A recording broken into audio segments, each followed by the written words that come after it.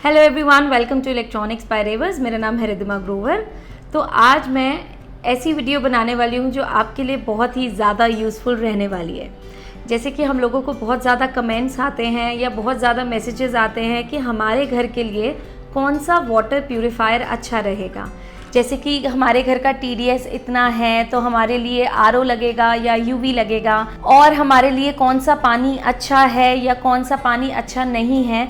तो उसके लिए ही मैंने सोचा कि क्यों ना मैं डिटेल्ड वीडियो बनाऊं जिसके अंदर मैं आपको बताऊं कि कौन सा पानी हमारी हेल्थ के लिए अच्छा होता है एंड कौन सा पानी हमारी हेल्थ के लिए हार्मफुल होता है। तो चलिए इस वीडियो को शुरू करते हैं। और वीडियो शुरू करने से पहले हमारे चैनल को सब्सक्राइब ज़रूर कीजिएगा, बेल आइकन भी ज़रूर प्रेस कीजिएगा सो दैट हमारी कोई भी नोटिफिकेशन मिस ना हो। एंड हमें इंस्टाग्राम पे भी फॉलो कीजिए। हमारा इंस्टाग्राम हैंडल इलेक्ट्रॉनिक्स बाय रेवर्स के नाम से है और मेरा personal handle Riddhima Grover official के नाम से है। तो चलिए वीडियो को शुरू करते हैं।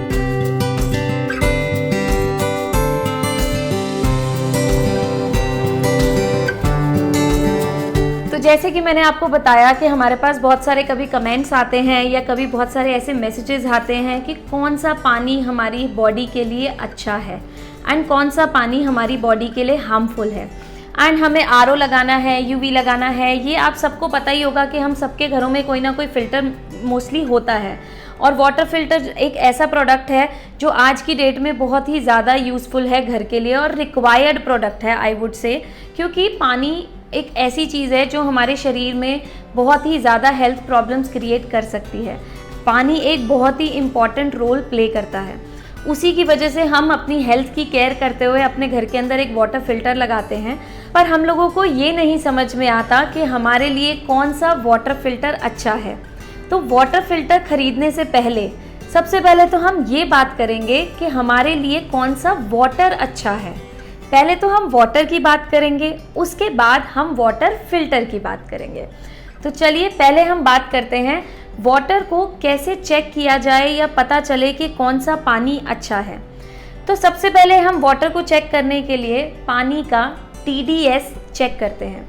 तो अब TDS की बात करते हैं। आप लोगों ने अक्सर ये शब्द घरों में सुना होगा वाटर फ़िल्टर ख़रीदते टाइम कि TDS मीटर या TDS लेवल आपके पानी का क्या है। कई शॉपकीपर्स ने आपको बताया होगा या सर्विस करने आते हैं आपके घर पे, उन्होंने टेक्नीशियंस ने आपको बताया होगा या पूछा होगा कि TDS वाटर लेवल कितना है आपके घर का। तो TDS की जो फुल फॉर्म होती है वो होती है total dissolved solids. Total dissolved solids आपको इस टर्म से ही समझ में आ रही होगी कि पानी के अंदर टोटल डिज़ोल्व्ड सॉलिड्स कितने हैं। ऐसे सॉलिड्स जो पानी में डिज़ोल्व्ड हैं, जो हमें नज़र नहीं आते, उसका लेवल क्या है। सो दिस इज TDS, उसे हम TDS बोलते हैं। सो TDS जो है वो mg में मेजर किया जाता है। जैसे कि हम बोलते हैं 40 mg पर litre, this is TDS।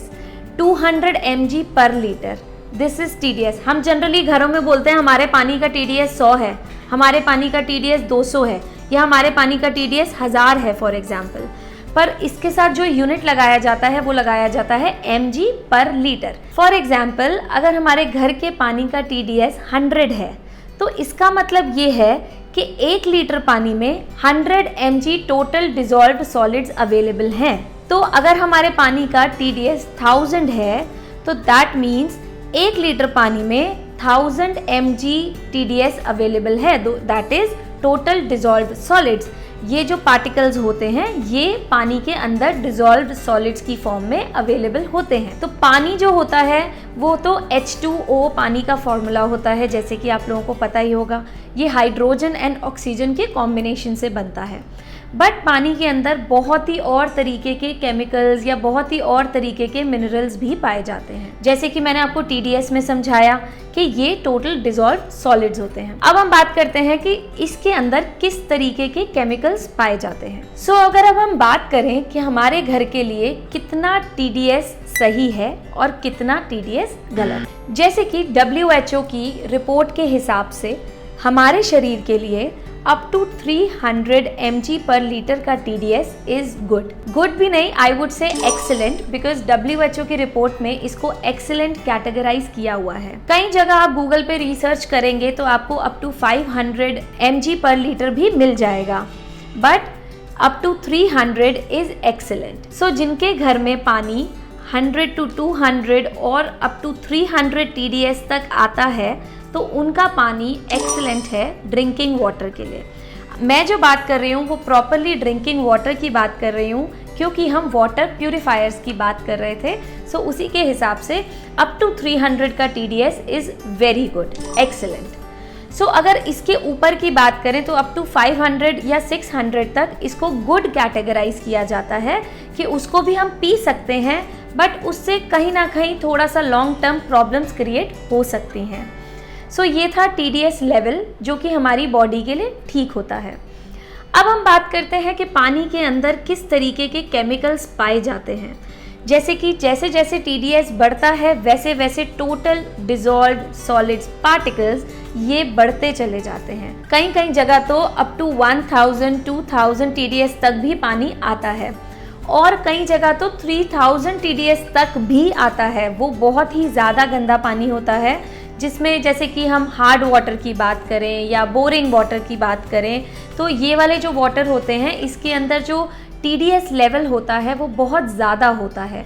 Just because जैसा कि मैंने आपको कंसेप्ट समझाया, टोटल डिसॉल्व्ड सॉलिड्स अगर पानी में ज़्यादा होंगे तो उसका TDS ऑटोमेटिकली लेवल ज़्यादा है, जो कि हमारी हेल्थ के लिए हार्मफुल है। तो बोरिंग वाटर जो होता है वो ग्राउंड वाटर होता है, एंड ग्राउंड वाटर के अंदर आपको भी पता है कि डस्ट पार्टिकल्स या बहुत सारा पोल्यूशन, सॉइल पोल्यूशन, एग्रीकल्चरल या मैन्युफैक्चरिंग यूनिट्स, बहुत सारे पोल्यूशंस उसके अंदर मिलते हैं, जिसकी वजह से वो पानी बहुत ज़्यादा डिसइंफेक्ट हो जाता है, जिससे उसका TDS लेवल बढ़ जाता है। तो मुझे लगता है आपको ये चीज़ क्लियर हो गई होगी कि TDS लेवल क्या होता है और कितना होना चाहिए। अकॉर्डिंग टू WHO की रिपोर्ट के हिसाब से 5 वेज हैं जिससे पानी डिसइंफेक्ट होता है। सो सबसे पहले अगर मैं बात करूं तो वो है एग्रीकल्चरल वेस्ट। एग्रीकल्चरल वेस्ट हो गया या उसके अंदर हम पेस्टिसाइड्स या फर्टिलाइज़र जो भी हम यूज़ करते हैं, चाहे हम उसमें ऑर्गेनिक यूज़ करें या इनऑर्गेनिक यूज़ करें, तो उससे भी बहुत ज़्यादा पानी जो है वो गंदा हो जाता है, जिससे कि उसका TDS लेवल बढ़ जाता है। और अगर हम दूसरी वे की बात करें तो इसके अंदर कुछ केमिकल्स ऐसे होते हैं जो नेचुरली अकर होते हैं। सो जैसे कि हम सॉइल्स की बात करें या स्टोन्स की बात करें, वो हमारे पानी के अंदर होते हैं, तो उससे ऑटोमेटिकली कुछ केमिकल्स ऐसे प्रोड्यूस होते हैं जो हमारे पानी को टॉक्सिक कर देते हैं। सो अगर मैं तीसरी वे की बात करूं तो वो ये है कि मैन्युफैक्चरिंग यूनिट्स, उनकी बात करें तो उनसे भी बहुत तरीके का ऐसा वेस्ट निकलता है, जहाँ पर भी प्रोडक्शंस होती हैं, मैन्युफैक्चरिंग्स होती हैं किसी भी तरीके की, उसके वेस्ट से पानी उससे भी पोल्यूटेड होता है। सो ये था तीसरा वे। तो अगर अब मैं फोर्थ वे की बात करूं तो ह्यूमन सेटलमेंट एक बहुत ही बड़ा मेजर कॉज है, जैसे कि सीवेज है या घरों के हम बहुत सारा वेस्ट वाटर जाता है या हम गंदगी से जो पानी निकलता है वो सारा का सारा वाटर में मिक्स होके उसको पोल्यूटेड कर देता है। और अगर मैं फिफ्थ वे की बात करूं तो इसके अंदर एक वाटर ट्रीटमेंट एंड डिस्ट्रीब्यूशन जब होती है तो उसके अंदर भी बहुत सारे ऐसे केमिकल्स होते हैं, जैसे कि फॉर एग्जांपल मैं आपको बताऊं, हमारे पहले के टाइम पे क्या होता था, लोहे के पाइप होते थे। लोहे के पाइप में ही बहुत तरीके के केमिकल्स ऐसे होते हैं जो पानी के अंदर मिक्स होते हैं। सो अल्टीमेटली पानी तो हमारे तक पहुंचना ही है, बट थोड़ा बहुत केमिकल तो उसके अंदर होता ही है। सो ये 5 वेज हैं जिससे कि पानी के अंदर बहुत तरीके के केमिकल्स पाए जाते हैं, जिससे कि TDS लेवल उसका बढ़ जाता है। सो ये तो थी TDS एंड केमिकल रिलेटेड सारी बातें। और अगर आप भी अपने घर का TDS चेक करना चाहते हैं तो मार्केट में बहुत ही सारे TDS मीटर्स अवेलेबल हैं। अगर आप चाहते हैं तो जो मैं यूज़ करती हूँ, मैं वो वाला TDS मीटर आपको डिस्क्रिप्शन में इसका लिंक दे दूँगी, आप वहाँ से जाके इसको परचेज़ कर सकते हैं। ये मीटर अप्रॉक्सीमेटली 200 से 300 रुपये का आएगा, ये कोई बहुत एक्सपेंसिव नहीं है। तो आप घर बैठे बड़ी आसानी से इसमें अपना TDS लेवल चेक कर सकते हैं कि आपके घर में कितना TDS का पानी आता है। तो अब हम बात करते हैं पानी के pH लेवल की। pH लेवल आप लोगों में से काफ़ी लोगों को पता भी नहीं होगा कि होता क्या है पानी के केस में, बिकॉज हम लोग स्कूल से पढ़ते आ रहे हैं कि हर चीज़ का एक pH लेवल होता है, बट हमने कभी भी वाटर फिल्टर खरीदते टाइम pH की डेफिनेशन या pH को समझने की कोशिश नहीं करी होगी। हम जनरली TDS तक ही जाते हैं एंड वहीं पे ही स्टॉप हो जाते हैं। सो pH की जो फुल फॉर्म होती है वो होती है potential of hydrogen. That means पानी के अंदर कितना हाइड्रोजन का पोटेंशियल अवेलेबल है।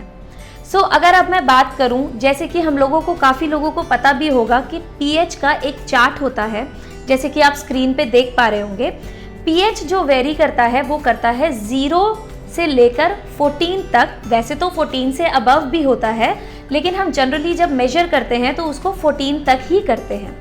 0 to 7 तक अगर हम बात करें तो इसे हम कहते हैं एसिडिक, और 7 जो होता है उसे हम कहते हैं न्यूट्रल, और 7 से जब 14 तक की बात करें तो उसे हम कहते हैं बेसिक। दैट मीन्स वाटर की अगर हम फॉर्म में बात करें तो उसको हम कहेंगे 7 से लेकर 10-12 तक हम कहेंगे इसको अल्कलाइन। इसको हम अल्कलाइन डिफाइन करते हैं। मैंने पहले भी एक अल्कलाइन वाटर की वीडियो ऑलरेडी बना चुकी हूँ, जिसके अंदर, जो कि आप आई बटन में जाके देख सकते हैं, जिसमें मैंने आपको अल्कलाइन वाटर के बेनिफिट्स बताए थे। मैं थोड़े बहुत बेनिफिट्स आपको बता देती हूँ, जैसे कि हमारी ब्रेन हेल्थ के लिए वो बहुत अच्छा होता है, हमारी स्टमक के लिए, हमारी स्किन के ग्लो के लिए, और कैंसर के लिए भी उसको कहा जाता है कि अल्कलाइन वाटर बहुत अच्छा होता है। ये मैंने आपको सिर्फ 3-4 बेनिफिट्स बताए हैं, बट अल्कलाइन वाटर की मैंने ऑलरेडी डिटेल्ड वीडियो बना रखी है, तो आप जाके उसको ज़रूर देखें, सो दैट आपको समझ में आएगा कि अल्कलाइन वाटर हमारी हेल्थ के लिए कितना ज़्यादा इम्पॉर्टेंट है। अब बात करते हैं वापस से पीएच की। तो हमारी बॉडी का जो नॉर्मल पीएच लेवल होता है वो स्लाइटली बेसिक होता है। दैट मीन्स अप्रॉक्सीमेटली 7.5 to 8.5 होता है। और जो हम पानी पीते हैं नॉर्मली, जो हमारे घरों में आता है, वो पानी स्लाइटली एसिडिक की तरफ होता है।